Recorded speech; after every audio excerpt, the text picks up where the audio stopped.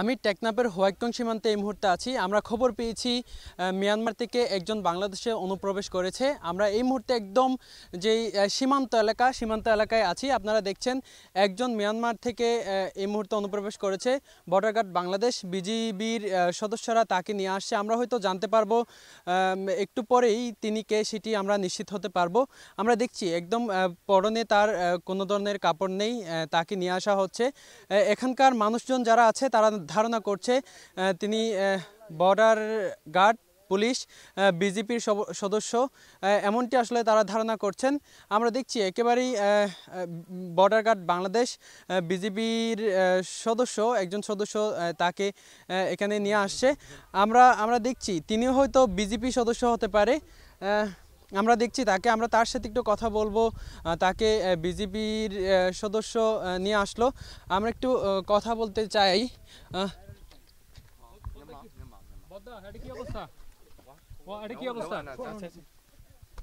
Myanmar police station. BGP? BGB. Yes. How many people waiting there? Yes. Another one. Only You know English? No. What's your name? Naam? Simbolin. Symbol. Yes. Which city from? Which city? Where do you live? Why do you live? My Yango. Yangon. The capital city of Myanmar. Oh. The capital city of... What? How many people in here? No. I know. I see. No, I see. What is the work condition? What is the work situation দর্শক here? আপনারা দেখলাম এখানে What is the situation In here. No, understand? War situation? What about the war situation there? Jijong police station. Yes.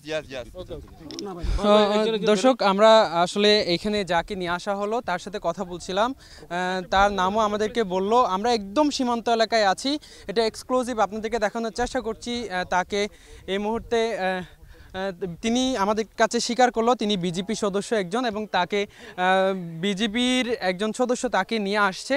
এবং আজকে এই সীমান্ত এলাকা দিয়ে 63 জন একসাথে বর্ডার গার্ড পুলিশ বিজেপির সদস্য এই দিক দিয়ে প্রবেশ করেছে। আমরা গতকালকে 137 জন ওখিয়ার যেই রহমতের বিল এলাকা আছে সেখান দিয়ে প্রবেশ করেছে, সেটি আমরা দেখেছি। এবং আজকেও 63 জন প্রবেশ করেছে। সব মিলিয়ে 327 জন আজকে পর্যন্ত 327 জন প্রবেশ করেছে বলে বিজেপির পক্ষ থেকে আমাদেরকে জানানো হয়েছে। এবং ইনি সহ 328 জনে দাঁড়ালো এই বিজেপি সদস্য বাংলাদেশের সীমান্তে প্রবেশ করেছে। আপনারা জানেন মিয়ানমারে সেখানকার সরকারি যেই বাহিনী আর্মি, মিয়ানমার আর্মির সাথে সেখানকার বিদ্রোহী গোষ্ঠী আরাকান আর্মির সেখানে সংঘর্ষ চলছে। এই সংঘর্ষের জেরে প্রাণ বাঁচাতে বাংলাদেশে পালিয়ে আসছে মিয়ানমারের যে সীমান্তরক্ষী বাহিনী সহ অনেকগুলো সদস্য। এবং এর জেরে এখানে আমরা লক্ষ্য করছি এখানেও একজন এই মুহূর্তে পালিয়ে আসলো।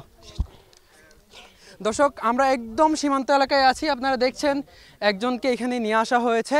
এবং এই ছিল আমার কাছে সর্বশেষ পরিস্থিতি। এ নিয়ে 328 জনে দাঁড়ালো বাংলাদেশে মিয়ানমার থেকে অনুপ্রবেশকারীর সংখ্যা। এতক্ষণ